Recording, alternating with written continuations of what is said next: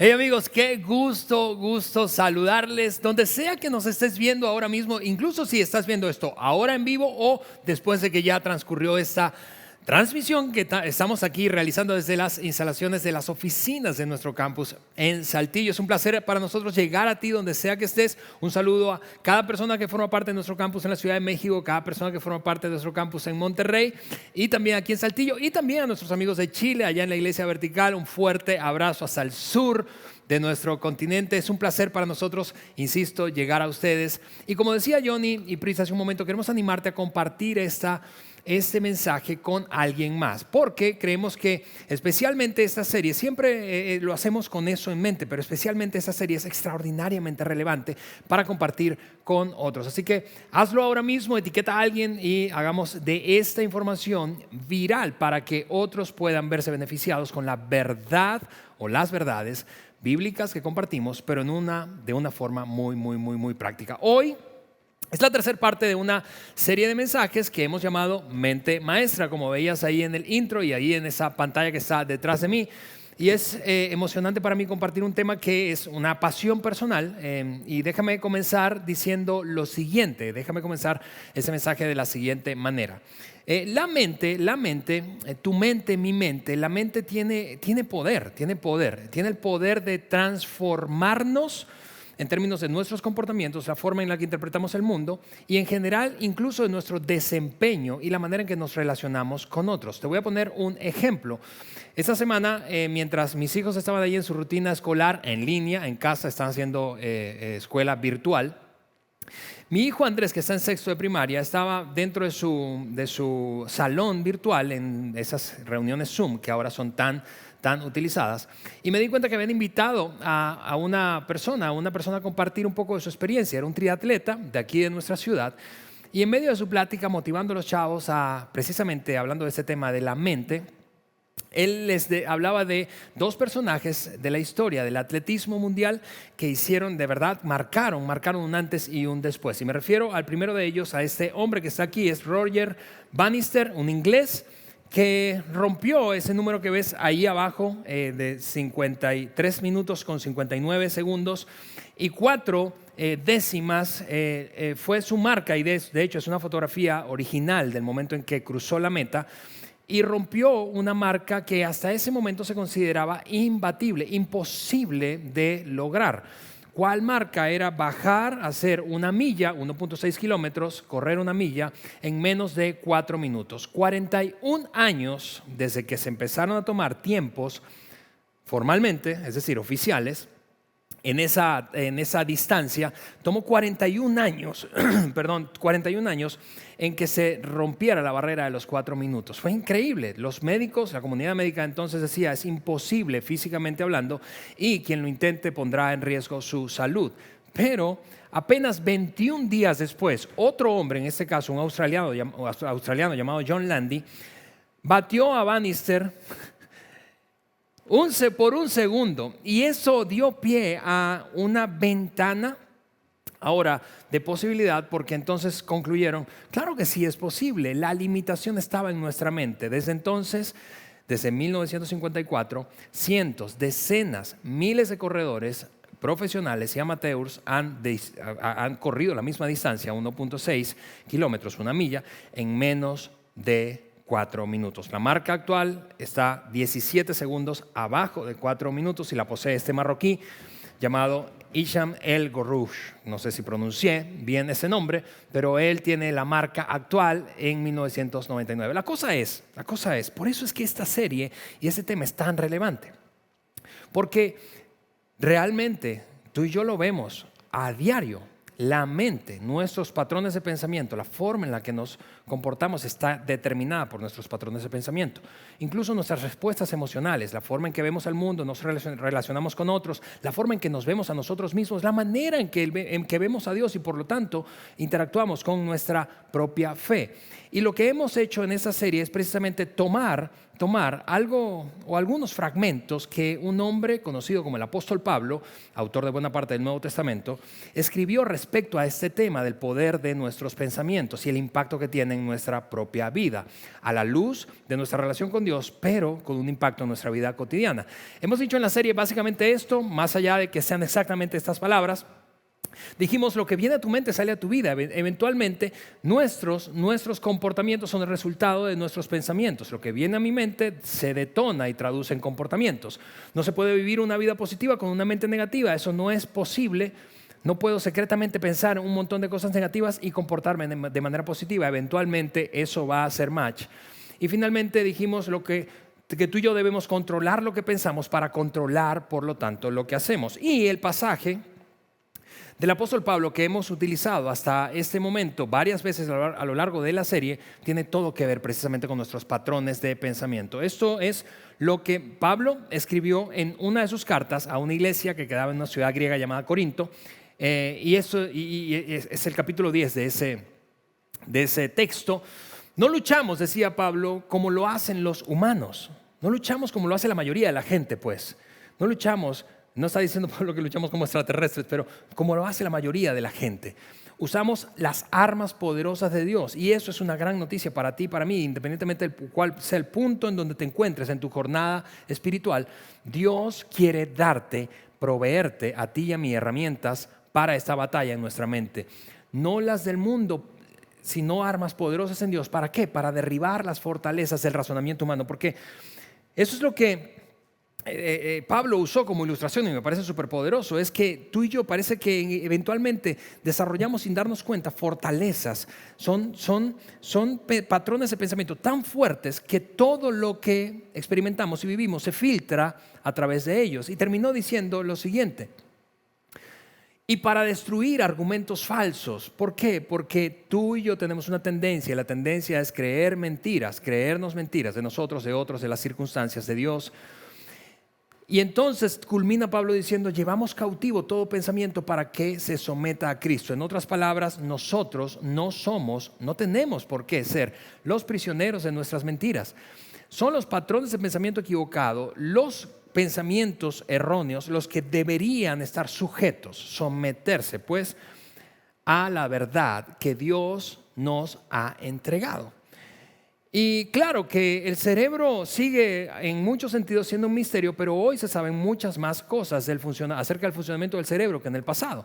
Por ejemplo, antes se creía que el cerebro de un ser humano estaba y se desarrollaba plenamente al término de la pubertad, es decir, ahí antes de cumplir los 20 ya estaba completamente hecho y no había nada que hacer a partir de allí. Pero con el tiempo los científicos se han dado, especialmente los neurólogos, se han dado cuenta de que existe un concepto que ellos han acuñado y es el de vías neuronales. Es decir, nuestro cerebro tiene conexiones, pero no son solamente conexiones eléctricas, pulsos eléctricos, ¿verdad?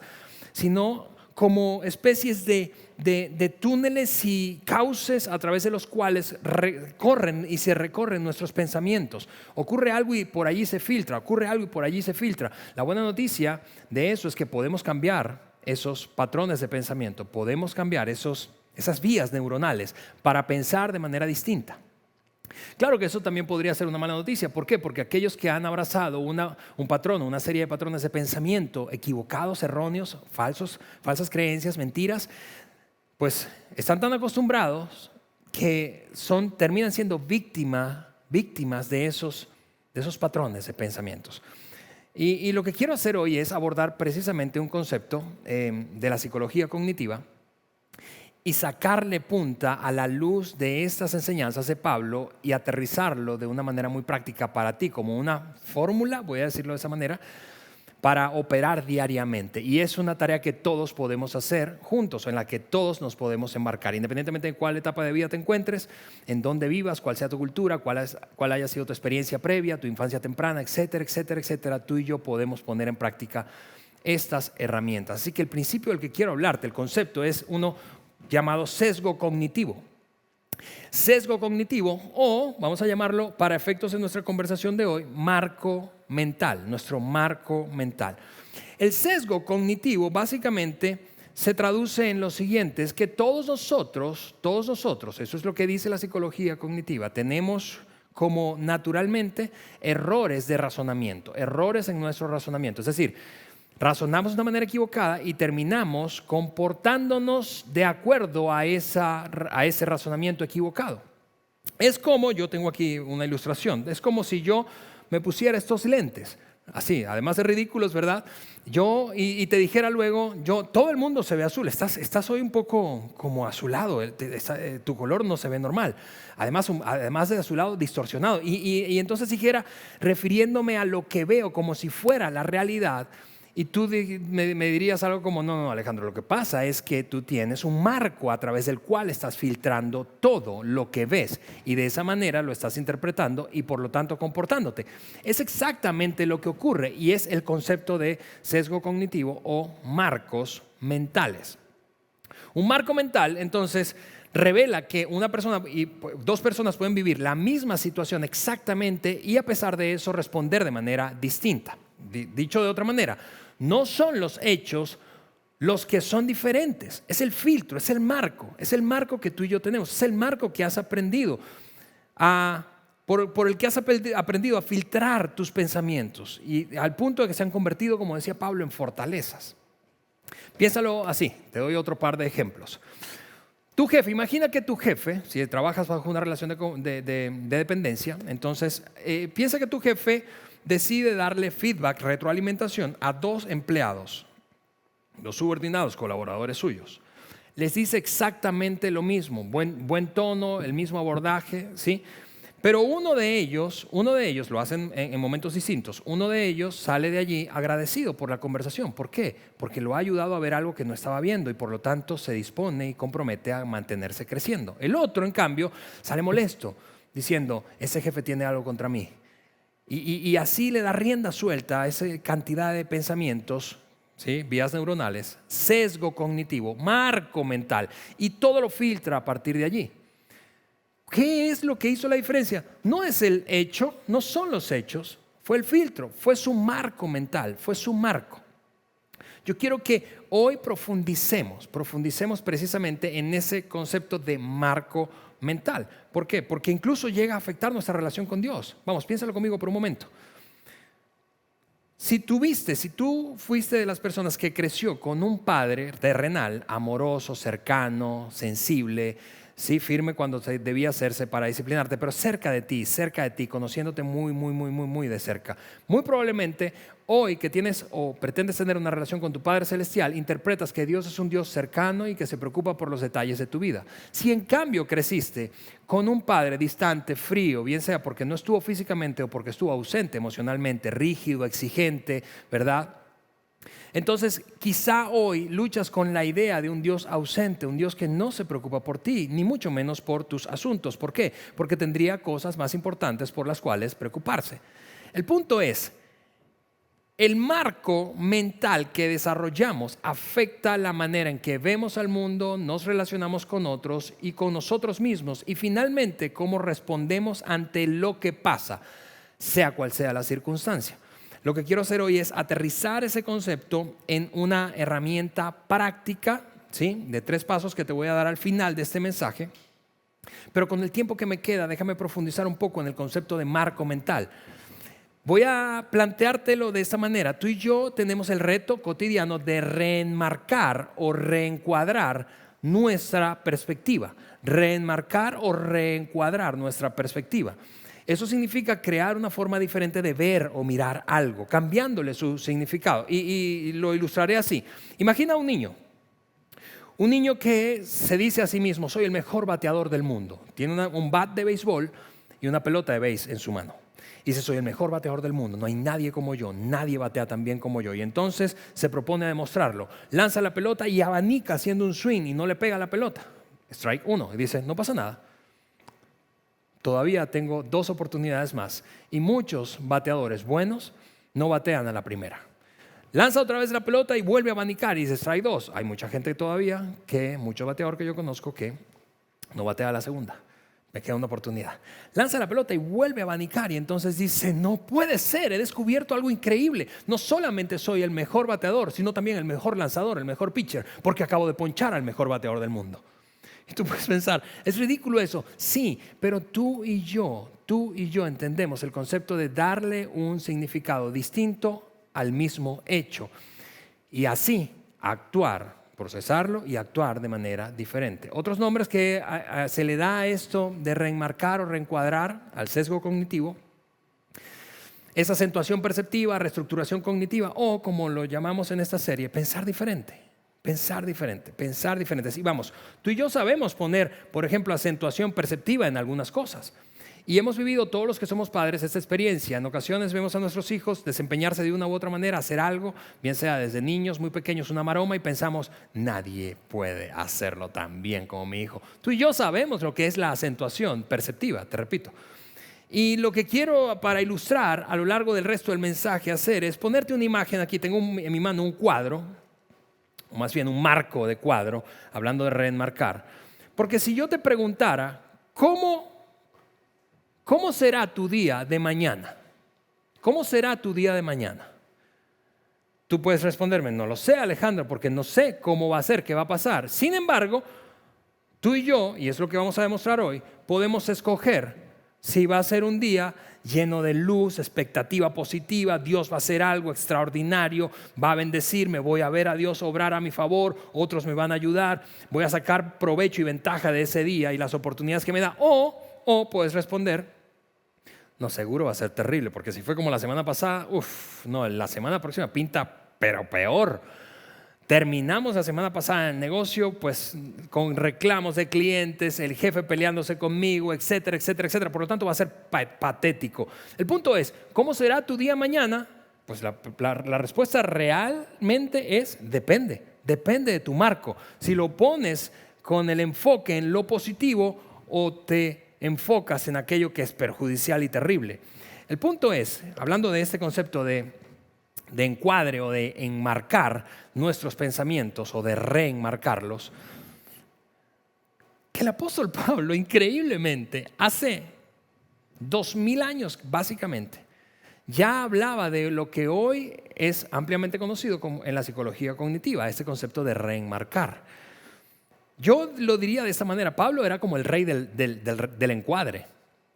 Pablo tomaba una situación negativa y era capaz de ver lo positivo en ella. Pablo, para quienes conocen la historia o nos han escuchado hablar de él, fue el escritor de buena parte, la mayor parte de hecho, del Nuevo Testamento. Y además de eso, Pablo, el apóstol Pablo, vivió un compromiso apasionado por extender las buenas noticias, así las llamaba él, el evangelio de Jesucristo. Así que una oración frecuente de Pablo era algo como esto: Dios mío, ayúdame a seguir extendiendo esta buena noticia con otros, compartir nuestra fe, porque esto puede transformar al mundo y puede transformar a cada persona. Así que entonces él identificó, porque además de un hombre de oración y apasionado por Jesucristo, era un hombre muy estratégico, identificó entonces que Roma, siendo la capital del Imperio Romano, era el lugar al que debía apostarle para compartir su mensaje con los líderes más influyentes de ese lugar. Y entonces, una vez que lo hiciera, él pensaba, entonces esto va a explotar como pólvora, se va a esparcir, se va a regar. Y esa era una oración, te repito, frecuente del apóstol Pablo. Pero aunque sí llegó a Roma, no llegó a Roma como él lo anticipó y por lo que oró. Llegó a Roma habiendo sido capturado y metido preso en una prisión romana, valga la redundancia, de aproximadamente 2x2. Eso era baño, cama, comedor. Era de todo allí. Él era vigilado 24/7 por oficiales romanos en esa cárcel. Así que Pablo pudo haber respondido. Sí, imagina. ¿Cuál pudo haber sido una respuesta natural de Pablo, hablando de encuadre o de reencuadre, o de sesgo cognitivo, de marco mental? ¿Cuál pudo haber sido una respuesta? Yo voy a ponerte una respuesta fake, imaginaria, de Pablo aquí. Quiero que sepan, quizá pudo haber escrito Pablo, quiero que sepan que todo lo que me ha sucedido en este lugar apesta y ya no quiero seguir haciendo esto, quiero renunciar. ¿Por qué? Porque planeé una cosa de una manera, oré por eso de una manera y ocurrió exactamente al contrario y ahora estoy sufriendo como un infeliz aquí en esta prisión romana. Algunas, si trasladáramos eso a la experiencia que muchos de nosotros vivimos respecto a nuestra propia fe, sería algo como, no, después de toda esta pandemia y esta crisis y este rollo que ha pasado este año, no solamente quiero que se vaya, se acabe ya por fin el 2020, sino que renuncio a los grupos pequeños en donde estaba, y si regresamos a presencial, yo no regreso a la iglesia. ¿Por qué? Porque no he visto a Dios obrar y todo se fue por un caño. Pero Pablo no respondió así. Lo que realmente hizo Pablo fue, las primeras palabras sí fueron de él, tomadas de una pequeña carta que escribió estando preso en Roma a un grupo chiquitito de creyentes, seguidores de Jesús, que vivía en una ciudad conocida como Filipos. Y eso es lo que él dijo. Quiero que sepan que todo lo que me ha sucedido en ese lugar no apesta. Lo que ha sucedido en ese lugar ha servido para difundir la buena noticia, pues cada persona de aquí, incluida toda la guardia del palacio, y por cierto, concluía Pablo, los guardias que me están cuidando 24/7, en rondas probablemente de 8 horas cada uno, creo que son los que están presos, no yo. Porque cada vez que vienen yo estoy predicándoles, porque sé que son influencia para aquellos que ejercen influencia en todo el imperio. Ellos saben que los creyentes fuera, saben que estoy encadenado por causa de Cristo. Y en otras palabras, Pablo pareciera que está diciendo, amigo, yo sé que esto parece malo, parece una tragedia, parece terrible, pero no es tan malo como ustedes piensan, no es tan malo como parece ser de bote pronto. Y el verdadero resultado de esa experiencia de cárcel de Pablo, él lo dice en el versículo inmediatamente siguiente y escribe entonces, y dado que estoy preso, es decir, por causa de que estoy preso, es porque estoy preso y solo porque estoy preso, que la mayoría de los creyentes de este lugar ha aumentado su confianza y anuncia con valentía el mensaje de Dios sin temor. En otras palabras, Pablo estaba pareciendo querer decir, amigos, Dios sigue trabajando, no se va a detener, independientemente de lo que ocurra. Necesitamos empezar a reencuadrar, a reenmarcar nuestros pensamientos para identificar, no inventar cosas ficticias, pero identificar lo que realmente está ocurriendo y que es bueno, porque así como ocurren cosas malas, están al mismo tiempo ocurriendo cosas buenas. Así que con estos 8 minutos que me restan, yo quiero compartirte 3 maneras de reenmarcar tu estructura de pensamiento. 3 maneras de poner tu enfoque en lo que es realmente correcto, positivo, constructivo, en vez de lo que es destructivo, o perjudicial o autodestructivo. Lo primero es, quiero animarte a darle gracias a Dios. ¿Cómo reenmarcamos en la práctica cotidiana? Dándole gracias a Dios por lo que no pasó. Porque tú puedes estar pensando, Alejandro, pero es que la verdad, ¿cómo puedo remarcar si hay una realidad? Mi salario a lo largo de esta epidemia en este año se ha reducido en un 10, 15, 20, 50%. Y yo podría decirte, pero pudiste haberte quedado sin trabajo. Así que dale gracias a Dios porque aún tienes trabajo. Porque no pasó que te quedaras sin trabajo. Y quizá tú estás pensando del otro lado, otra persona está pensando, sí, pero yo sí me quedé sin trabajo. Y yo te diría, pues dale gracias a Dios que aún hoy, a pesar que no tienes trabajo, quizá está representando una oportunidad para lanzarte a ese emprendimiento que por años querías iniciar y no tenías tiempo por tu trabajo. Y quizá dices, y yo me lancé a ese emprendimiento y fracasé este año precisamente. Y yo podría decirte, pero aún tienes salud. ¿Te das cuenta? Siempre hay una posibilidad de que la cosa salga peor. Seamos agradecidos con Dios por lo que no pasó. Eso es una manera práctica de reenmarcar nuestros pensamientos. Me hizo recordar una historia de una chica universitaria que llega a casa de sus padres y les dice, debo darles una noticia. Semanas atrás, cuando salí de la universidad, una noche de una mala semana, me metí en un bar y empecé a tomar. Conocí a un hombre, seguimos tomando, hasta casi estábamos inconscientes, borrachos, salimos de allí, hicimos nuestras cosas y ahora debo decirles que estoy embarazada de mellizos. La buena noticia en medio de todo, le dice la hija a los padres están casi desmayados, ¿verdad?, del asombro. La buena noticia es que él está en libertad condicional, no puede conseguir trabajo ahora, está en un proceso de rehabilitación de sustancias, de consumo de sustancias, y se va a venir, por lo tanto, a vivir conmigo, y entonces vamos a poder criar al hijo juntos. Los padres están boquiabiertos, alarmados, y dicen, no es broma, eso no pasó. Lo que realmente pasó es que reprobé casi todas las materias del semestre, pero quería decirles esto para que se dieran cuenta que pudo haber sido peor.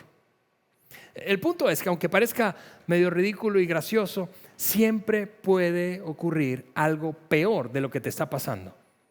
Y la pregunta es, ¿por qué no podría ocurrirte a ti? Puede ocurrirnos a todos. Sea agradecido, sea agradecida con Dios por lo que no ocurrió. Manera número 2, práctica de reencuadrar tus pensamientos. Practica el encuadre previo. Es decir, antes de que ocurra una situación, encuadra, anticipa. No esperes a que en el fragor de la circunstancia tú respondas bien. No. Previamente. Y eso me hace pensar que la persona que yo conozco en mi pequeño mundo, que es como la reina del encuadre previo, es mi mamá, Gloria Mendoza. Es increíble. Siendo una madre soltera, pudo haberse echado a morir y en cambio ella respondió de la siguiente manera: ahora tengo un enfoque claro en mi vida, voy a sacar adelante a ese muchacho, que es mi hijo. Luego, cuando se mudó a ese país, muchos de ustedes saben que somos venezolanos de origen, pero cuando estábamos, ya tenemos 11 años aquí instalados, pero cuando se mudó con nosotros a ese país, viviendo en su propia casa, entonces fue diagnosticada con cáncer, 2 tipos de cáncer de manera consecutiva. Y entonces su encuadre previo fue: yo, independientemente del diagnóstico, voy a enfocarme en lo que realmente es importante. Y si esta enfermedad me da esa oportunidad, lo voy a hacer con todo gusto. Luego le diagnosticaron, escucha esto, una enfermedad conocida como sordera súbita o hipoacusia súbita. 90% de un oído, 70% del otro, y fue súper dramático después del cáncer, superar esos cánceres. Y entonces cuando hablaba con ella me decía: la buena noticia de esto es que ahora puedo dormir mejor, me cubro el lado del oído que escucho bien y nadie me molesta. Y yo decía: no puede ser posible, estás vacilando, mamá. Finalmente, y lo último que ocurrió es que empezó a descalcificarse, específicamente sus dientes se descalcificaron. ¿Por qué? Como resultado o consecuencia de las quimioterapias. Y entonces empezaron a caerse algunos dientes. Y yo no sabía que eso le estaba pasando. Así que un día llegó, cuando nos vimos, el primer diente que se le cayó fue uno frontal inferior, y entonces se sonrió mostrándome su falta de diente y me dijo: ¿cuánto me va a traer el ratón Pérez? Y yo decía: no puede ser posible, esa mujer está hecha. A veces yo bromeo con mis amigos y es como si fuera la abuela de Wolverine. Pero el punto es, mi mamá de alguna forma aprendió a hacer un encuadre previo y predeterminar dónde va a poner su enfoque. Termino, y la última cosa para reenmarcar tus pensamientos, que quiero decirte de manera práctica, es esta: busca la bondad de Dios en cada cosa. Busca la bondad de Dios en cada cosa. Es lo tercero que quiero compartir con ustedes hoy. Y último, busca la bondad de Dios en cada cosa.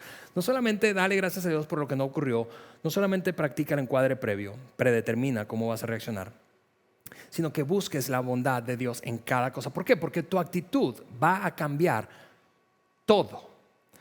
Tu actitud va a cambiar la manera en que te sientes, ¿sí? Es el resultado de tus patrones de pensamiento, tu marco mental. Si buscas, vamos a decirlo de esta manera, lo que buscas vas a encontrar. Si buscas cosas malas, las vas a encontrar. Si buscas maldad, la vas a encontrar. Si buscas lo bueno, lo vas a encontrar. Si buscas la crítica, la vas a encontrar. Eso es lo que te diría cualquier terapeuta o consejero, buen terapeuta o buen consejero. Enfoca tus pensamientos en lo que es conveniente, correcto y apropiado para ti. Perdón. Lo cual me lleva finalmente a decirte: vamos, yo sé que en el fondo tú quieres que tu vida sea cada vez mejor. Todos queremos eso, todos. Nadie en su sano juicio quiere algo malo, destructivo, nocivo para él o ella o para los suyos. Pero tenemos ahí 2 opciones, finalmente. Y déjame ilustrarlo así, y así voy a terminar. Piensa en la diferencia que hay entre un buitre y un colibrí, más allá de la anatomía, ¿verdad? Un buitre encuentra lo que busca. ¿Qué busca un buitre? Busca carroña, busca animales accidentados, muertos, busca basura y encuentra todo eso. Mientras que un colibrí busca el néctar de las flores y encuentra néctar y cuánta cosa dulce y agradable se le atraviesa. ¿Cuál es la diferencia? Lo que estás buscando. Esta es mi oración para ti mientras cierro este mensaje tercero de la serie. Que abraces el hecho de que tus patrones de pensamiento determinan la manera en que vives y es posible reenmarcar tus pensamientos haciendo estas tres cosas. Haciendo estas tres cosas. Así que si me permites, me encantaría orar por ti y de esa manera cerrar ese segmento del mensaje. Señor, yo quiero darte gracias.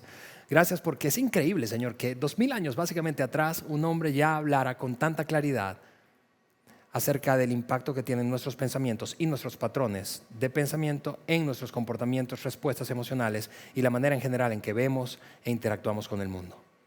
Ayúdanos, Dios, a abrazar este concepto que establecía Pablo, este concepto del que modeló Pablo, ser un reencuadrador o reenmarcador de nuestros pensamientos para disminuir el sesgo y colocar nuestra mente en aquello que es bueno, agradable, puro, digno. Te pido eso y te pido que nos ayudes a todos, porque todos estamos en la misma jornada. En el nombre de Jesús. Amén.